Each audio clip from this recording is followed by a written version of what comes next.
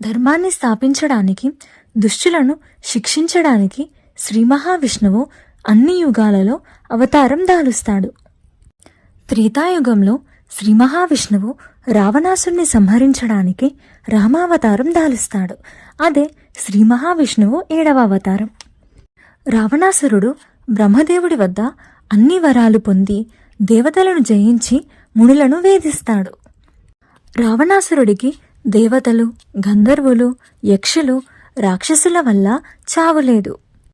దేవతల ప్రార్థనల మేరకు శ్రీ మహావిష్ణువు రావణాసురుణ్ణి సంహరించడానికి మానవుడిలా జన్మిస్తాడు. శ్రీ మహావిష్ణువు రాముడిగా, ఆదిశేషుడు లక్ష్మణుడిగా, శంఖచక్రములు భరత శత్రుఘ్నులుగా అవతరించారు. అలాగే మహాలక్ష్మి సీతగా జనక మహారాజు దంపతులకు జన్మించింది. ఇలా రామావతారంలో శ్రీరామచంద్రుడు రావణుణ్ణి సంహరించాడు. అలాగే ఒక మనిషికి తన జీవన పర్యంతం ఎన్ని అడ్డంకులు వచ్చినా తన ధర్మాన్ని వీడకూడదు అని నిరూపించాడు.